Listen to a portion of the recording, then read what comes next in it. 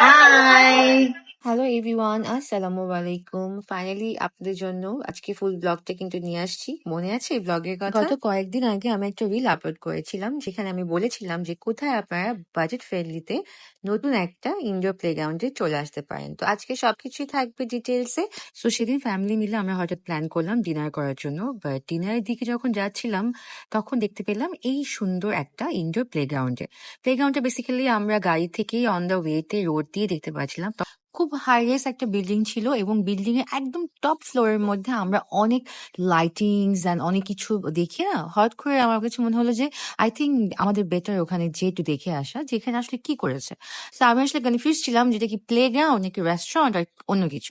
তারপর তো যে দেখতে পারি যে ইটস বাচ্চাদের প্লে গ্রাউন্ড এবং ওদের এখানে দেখে ভালোই লাগলো।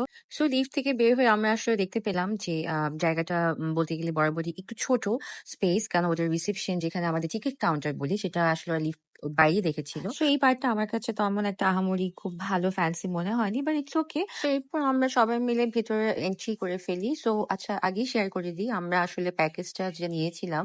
এখানে বিভিন্ন ধরনের প্যাকেজ আছে।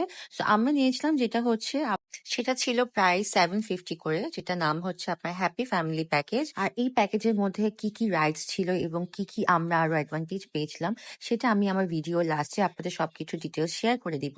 সো দেখতেই পাচ্ছেন আমাদের কিন্তু সক্স পরে নিচ্ছিলাম। ও বাই দ্য ওয়ে, সক্স কিন্তু আপনাদের কিনতে হবে, এটা কিন্তু আপনাকে সক্স ফি দিবে না। So, আমার যতটুকু মনে আছে সক্স গুলো মনে হয় পার পেয়ার 20 to 30 টাকা নিয়েছিল। সো তারপর সক্স পরার পর আমি ওদের ফুড সেকশন অলরেডি হাঁটা শুরু করে দিয়েছি দেখার জন্য যে এখানে কি কি খাবার আছে। তেমন আহামরি কোনো খাবার নেই, আই গেস আপনি দেখতেই পাচ্ছেন অলরেডি ভিডিওতে। ওদের কিছু চিপস আইটেম আছে এবং কিছু ড্রিঙ্কস আছে। আর একটা যেটা ভালো লাগলো সেটা হচ্ছে ওদের এখানে একটা কফি মেশিন আছে। সো বাচ্চারা যখন খেলতে থাকবে, আপনারা যদি প্যারেন্টস যারা আছেন বোর হয়ে যাবেন, তারা আপনার এখানে বসে কফি খেতে পারেন। That's it. সো যেহেতু এটা নিউ লঞ্চ করেছে, সো ওরা বলছিল যে ওরা আরো কিছু আইটেমস অ্যাড করবে।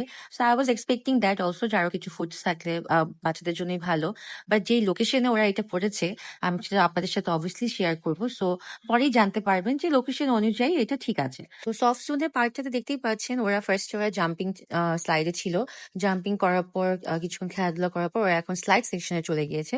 তো স্লাইড সেকশনটা আমি দেখতে পাচ্ছি যে ওদের এখানে বেশ ভালোই বড় করেই করেছে, not bad at all. So আমার কিডসরা অনেক মজা করে এই পার্কটা, যখন ওরা টগি ওয়ার্ল্ড আর বাবুল্যান্ডে যেখানেই যায় না কেন অলওয়েজ এই স্লাইডটা কেমন যেন ওদের বেশি পছন্দ।